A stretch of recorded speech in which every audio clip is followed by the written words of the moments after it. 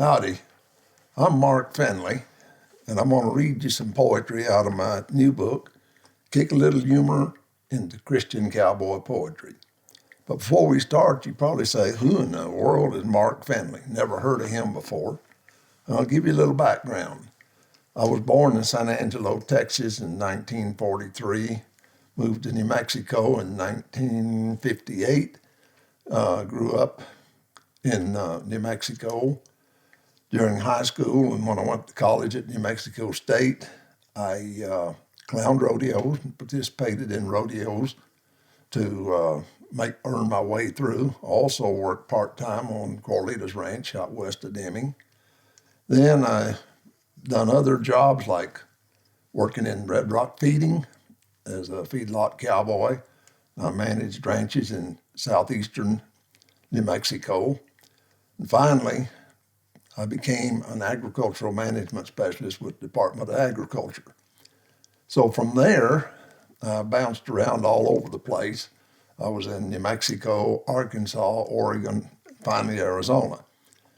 When I retired from that, I owned my own appraisal business, and I began doing farm and ranch appraisals. Then I retired. Well, out of boredom, I guess, something happened. One night, I began hearing words in my head around 12:30 to 2:30. All that was going on with words, just words going around in my head, and they didn't make sense. After about 3 days of that, I told my wife what was happening. She looked at me and says, "Do you think God's trying to tell you something and you're just not listening?" I said, "Well, maybe so." So that night, I prayed that God would help me to understand. The next morning, after having received the full poem, I got up and within 45 minutes, I had written the entire poem, The Rugged Cross Brand, which is not really a humorous one, but it's the first one that the Lord gave to me. Now, you may see a lot of poetry, cowboy poetry that's generally funny. Religious poetry is generally not funny. But I got a mixture here, Christian cowboy poetry that is humorous. So we're going to read a little bit to you to start with. We'll kind of introduce it with one that's called Old Age. It kind of fits with me. And maybe it's an exaggeration of myself, well, maybe not. So now that I've reached age 79, my old body just ain't feeling so fine. Most all my hairs about fell out. Now and then I get a bout of gout. I'm stiff and sore each morning when I get up. My hands are shaking pouring coffee all over the cup. When I bend over, I can't breathe. Every little scratch I got's got to bleed. I used to be bow-legged down at the knee. Both knees got replaced around 2003. All my teeth finally fell out. Now I got a porcelain mouth. I used to be pretty good with a rope. Now can't even stand on an uneven slope. Many nights I lay there awake because arthritis makes my bones ache. My eyes don't see like they used to could, and I can no longer chop firewood. My skin's real dry and always itching. My heart's a little weak, but it's still ticking. I can't flank a calf anymore. I can't get up when I fall on the floor. I begin to wonder, what good am I? What kind of job can I do before I die? So I said, God, I know you're up there. Have you got a little time to hear this old cowboy's prayer? Looks like I'm not good for much anymore. Can't even complete the simplest chore. I can't even saddle my own horse. So the cowboy's job's out, of course. Now, God, I'm praying to you to help me find something I can do. I'm willing to take on any job you choose. At my age, I don't have much to lose. If you give me something to do for the rest of my days, I'll give you the honor and shower you with praise. Also, I thank you, Lord, for your reply. You gave me something to do before I die. But I never figured that it would be the rest of my life writing cowboy poetry. Now this one is called The Bull Rider, one that maybe I wish would happen. I rode bulls for a while, and some of them I didn't really like. Bull riding is something I really enjoy. Started riding steers when I was just a boy. I'd become the newest sensation in the Professional Bull Riders Association. It was time for the Denver Livestock Show, and they supported a big rodeo. To win this show would put me on top. I was looking forward to this number one spot. I drew a bull named Curly in the first go-round. He wasn't a top bull because he never spun around. Sure enough, when they opened the chute gate, Curly never veered, just bucked off straight. I put on a good ride and it didn't hurt my score. It wasn't too bad at 74. The next bull I drew was one they called Sonny. If I could just stay on, I'd be in the money. But Sonny was a bull that liked to fight. When he bucked you off, you better run for your life. I always prayed to God before each ride to keep me safe and be by my side. I was pretty sure I could ride old Sonny. In no time, I'd be spending that money.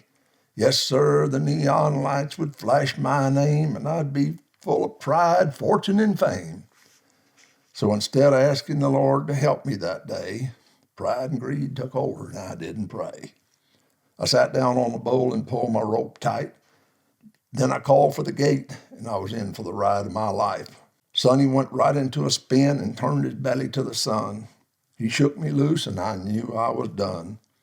Sonny was too stout, and he threw me from his back. My hand was caught in my rope, and I felt my wrist go crack. Finally free from the rope, I fell to the arena floor. Here came Sonny to injure me some more. His mighty horns broke 6 ribs as he crushed my chest. Then he trampled all over me, trying to kill his rider pest. He broke both legs and crushed my left hip, picked me up with his horns and sent me on a trip. He was certainly a really strong creature. He threw me over the fence into the 3rd row bleacher. When I got to the ER, I was about half dead. The doctor looked at me and then he said, "I wished I had good news, but all I got to say is sorrow. If you don't live through the night, you won't make it till tomorrow." Well, I figured I was a goner, breathing my last, but I woke up a week later in a full body cast. I said, "God, I guess I'm being punished because I didn't pray." But he answered saying, "You know I don't work that way. I commanded, 'Thou shalt have no other God before me.' But you didn't choose just one, you chose 3. If you let money, pride, and greed be the gods in your life, you're asking for trouble, pain, and all kinds of strife." So right then I repented of my sin, promised to never let that happen again. I don't ride bulls anymore or any other creature. I'm devoted to the Lord. Now I'm a preacher. As to Sonny the Bull, I don't know his fate, but I hope it's in a hamburger steak on my plate. Now here's one that a lot of times we have a Sunday dinner and you have the preacher with us. It came about with kind of a droughty time and the preacher coming to dinner. It's called buzzards. There was a big dead elm tree just past the cattle guard, less than a quarter mile before you got to our front yard. For some unknown reason, the buzzards liked to congregate high up in the limbs of this tree where they could sit and wait for some poor creature to get run over on State Route 10. Then they could just glide right down and let the meal begin. Sometimes they would let that carcass sit for a week or 2, so it would be tenderized with age and really stinky too. Our country church was small. We couldn't afford a pastor. The city church sent a traveling preacher to help us serve the master. Our community wasn't much, 2 churches and a little country store. There was no cafe, only 3 houses and nothing more. So we'd all take turns taking the preacher home for Sunday lunch. We'd rest a spell, go back to church for Bible study with our bunch. Every time it was our Sunday turn to bring the preacher out to our ranch, he always remarked about the buzzards perched upon that dead tree branch. We were in a 5-year drought, and cattle prices were way down. We'd sold off most of the herd. There wasn't much grass to be found. We tried our best with no success to get a loan from the USDA. The bills were really stacking up. We had no way to pay. Paul said we could make it to shipping time by living off the land. The ranch is full of jackrabbits, just waiting to jump in the frying pan. Our chickens were necessary for eggs, so none of them would go. But there were some deer hanging around. We might shoot a big fat doe. This Sunday was our turn to bring the preacher out to our ranch. We turned off Route 10 and he said, "There's not a buzzard on the branch." So we sat down to eat and the preacher said the blessing. He said, "Fried chicken, my favorite, with cornbread dressing." He ate the dressing off his plate, 3 wings, 4 thighs, and 1 breast. Then he was quick to praise the cook and claim this meal was the very best. But we were glad that he didn't see through the screen door crack all those black feathers in the garbage can out back. This one's called The Cook. Cooks can be crusty, grouchy old characters now and then. And that might be what this one is. Our ranch house cook was a crusty old cuss. I guess it was because all he did was cook for us. He never really wanted to be a cowhand, but he was really good at that frying pan. He was a faithful member of a little church in town, and on Sunday mornings, that's where he'd be found. He read his Bible and prayed each night, and pray again when he got up before daylight. About 4 every morning, he'd roll out of bed to cook up a breakfast to keep all the cowboys fed. He cooked eggs, bacon, and hot biscuits right out of the pan. There was plenty to go around for every cowhand. He cooked extra bacon to boil with the pinto beans, but he never fixed a salad or any kind of greens. For supper, he always fixes the same thing, it seems, some kind of beef and bacon in the pinto beans. I can't complain about the taste of the food, because it was always fixed right and tasted good. But we tired of the same old thing over and over again. Surely he could fix something else in his frying pan. We finally figured enough was enough. He had to quit fixing this same old stuff. Because the same old meal had us getting bored, we all decided to express to him our discord. Well, Cookie got disgusted and began to grouch us out, because when it came to cooking, he knew what it was all about. He agreed to think it over because it was a sure bet that he could fix us a meal that we'd never forget. He said he could cook some beans of a different kind and mixed with some other kind of pork that would be just fine. Rather than beef, he'd fix us up another kind of meat and cook it up to where it couldn't be beat. So the supper meal was really different that night. It was really good down to the last bite. And it didn't even have 1 pinto bean. So we complimented Cookie on his fine cuisine. As we all got ready to go to bed, Cookie smiled at us and said, "I dug around for a recipe in my old trunk and fixed you pork and beans and chicken fried skunk."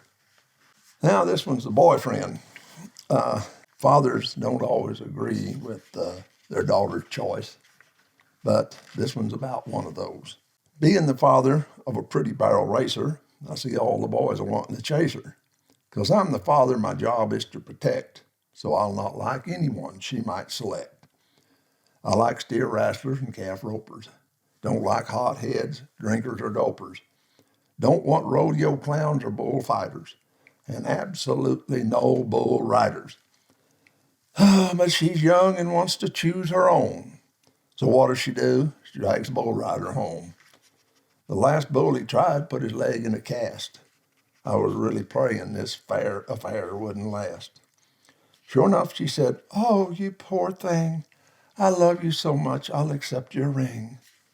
Since he tags along with us everywhere we go, I gotta introduce him to everybody I know. I tell everyone he's a dummy, a real nincompoop, something found on the floor of a chicken coop." She told me, "Daddy, please don't introduce him that way, because he's the man I'm going to marry someday." Her sweet little pleas tugged at the strings of my heart, and I didn't want to do anything to drive us apart. Well, because I happen to be a Christian man, I asked the Lord to help me any way he can. It seemed to me an insurmountable task to introduce a bull rider with his leg in a cast. After lots of prayer, I finally figured out a way. So when we meet somebody, this is what I'll say. "This lovely lady is my daughter, Jenna May. And this here fella is Bubba, her fiancé. He's a bull rider. He's a different kind of folk. All his brains are in his leg, and his leg is broke." When I was working as a feedlot cowboy in Red Rock, Arizona. It was pretty hot. It was in the summer. It was a job that it just had to be done. And then living on that feedlot, we lived in a little mobile home that had a evaporative cooler, swamp cooler. And as you know, around the feedlot, the dust always flies up, the manure dust. Well, the evaporative cooler sucked that dust into the pads, so it increased the smell of that manure inside the house. So everything we had, everything we owned, clothes and all, had the smell of feedlot manure. Being as I worked in it, lived in it every day, I didn't notice it, got used to it. But when we went to town, people did. So this is kind of a true story, and maybe not quite so true, but little fiction added to the feedlot cowboy. It was 4 months until I could start my ranch manager position, but I needed a job because I was in a short on cash position. There was a feedlot cowboy job open out in Red Rock, Arizona way, so I quickly signed on because I needed a job. I had a lot of bills to pay. I lived in one of the small mobile homes in the center of the feedlot. It had a small swamp cooler that didn't cool the Arizona hot. Because the days were so hot, we started working cattle long before daylight. We'd vaccinate, ear tag, and brand when we squeezed the steers in the chute real tight. Festus had the job to get behind the steers and push them through the chute.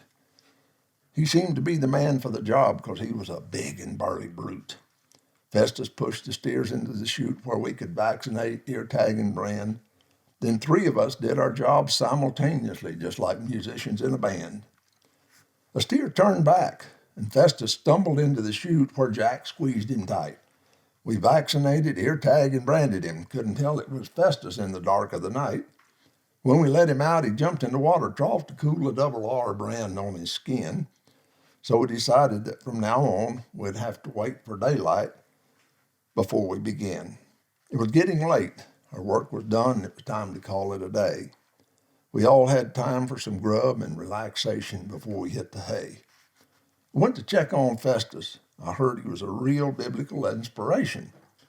I knew he had no fear of shipping fever due to his recent vaccination. He sat there in the chair outside on just one side of his rear with ear tag number 134 dangling from his ear.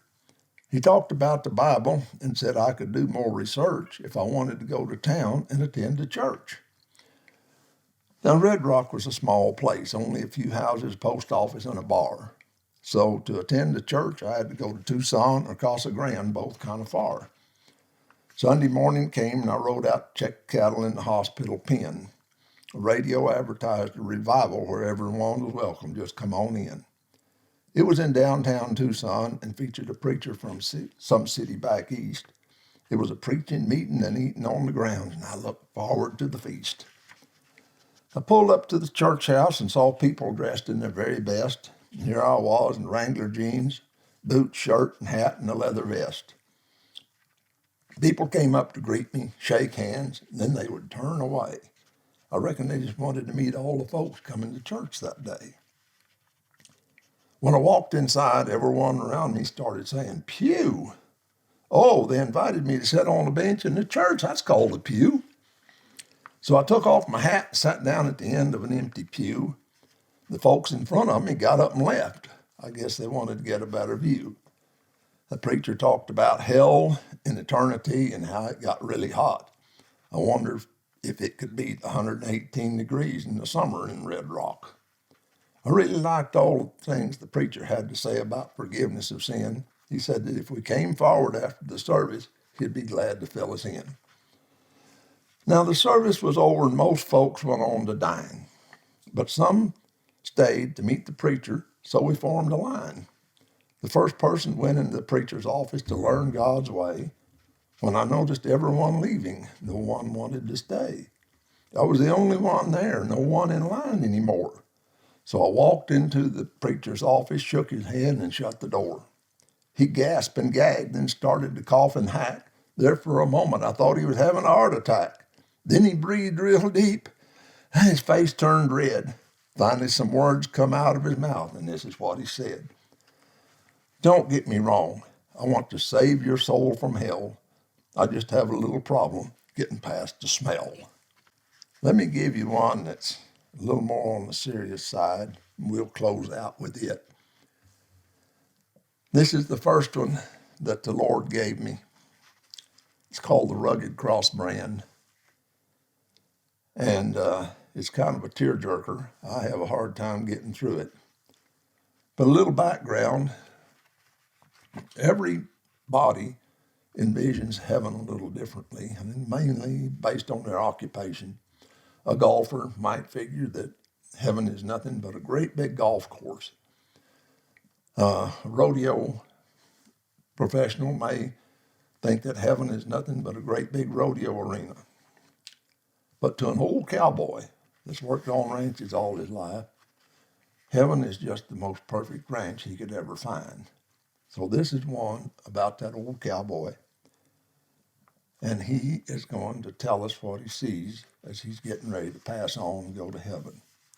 On this one, before I say anything, I might ought to warn you that you may want to get a handkerchief because you may have to dry the tears out of your eyes. Now, if you don't have a handkerchief, borrow one from your neighbor, but make sure he hadn't blown his nose on it before you get it. The Rugged Cross Brand. I was patching fence when Mike came running up and nearly out of breath. He said, "You better hurry if you want to see old Pete. He's getting close to death." Now, Pete and me had been riding for the Circle Y for 20 of his 90 years. And as I rushed into the bunkhouse, my eyes were filling up with tears. I saw old Pete laying there, worn and tattered Bible held tightly to his chest. In a raspy voice, he said to me, "You know, old pard, I rode for some of the very best. The Circle Y, the Double X, and the Running R down on the Rio Grande. But I'm telling you now, the best is yet to come. I'm going to ride for the Rugged Cross Brand. So pull up a chair, dry your eyes, grab hold tightly to my hand. I got to tell you what I see as I'm going to this ranch up in the Promised Land." His eyes were locked into a glassy stare as I looked into his wrinkled face. Old Pete's body was laying there, but his mind was in a different place. He said, "Look, there's the foreman waiting to show me the ranch. There's a Rugged Cross ranch sign nailed to a cottonwood branch." The foreman said, "My name is Jesus," as he walks up to my side. "Here's 2 white horses. Saddle up, we're going for a ride. In my Father's house are many mansions. I picked this one for you. I prepared for you a place just like I said I'd do. This mansion's silver, gold, silk curtains trimmed in white lace. There's my bunk in the corner. I'm really going to like this place. Now put the spur to your horse and let's move right on. I want to show it all to you before our daylight's gone." But I just can't see how he's going to ride, with holes in his hands and feet and a big gash in his side. The grass is always green, water's clear in a gurgling stream. The cows are fat and none are lean. This ranch here's a cowboy's dream. He says there's no blizzards, no burning hot sand. Weather's always right in this promised land. He said, "Pete, you've been faithful, read and kept my word. So this bunch of cattle's going to be your herd." He said, "Let's go back by the barn and the cattle pens. The hands are waiting for you. Some of your old friends." Sure enough, as we rode up, I saw old Charlie, Bill, Slim, and Dan. Even Preacher Bob, he baptized me at Casa Grande. Bill says, "Hey, Pete, if you'd like to ride with us again, we'll all gather up at sunrise down by the shipping pen." Old Pete looked me in his face as he came back to reality. He said, "You know, old friend, I think this is the place for me." His wrinkles disappeared, his face smoothed like a baby's skin. In a fading whisper, he said, "I'm going to miss you, my old friend. But I got to go now, for they're waiting for me down at the shipping pen." Then his mustache twitched and he cracked a big old grin. His eyes closed slowly and he let go of my hand. Then old Pete went off to ride for the Rugged Cross Brand. Okay, so now that we've closed out with the Rugged Cross brand, talk about the book a little, kick a little humor into Christian cowboy poetry. It was published by Echelon Press, which is a Christian publishing company. Of course, they critiqued it real good to make sure it was all suitable for presentation to the public. It's also available at Amazon and Barnes & Noble. You can get it online. I think they charge you $17.95 for it. And I'm sure you'll like it. There's a collection of 34 humorous poems and about 18 serious poems. And I think you'll like them all. If you don't, well, read another one. You'll find one you like. Want to let you know, too, that all the proceeds after we get all our expenses paid on publishing this thing are going to Christian charity causes. They'll go to, hopefully first, it'll go to a battered woman's shelter. We have other places than Christian needs that we can go with, but they'll all go to good Christian causes, not particularly any denomination, just something that is Christian, because I think that's what the Lord wants me to do. So thank you much. We'll talk to you next time.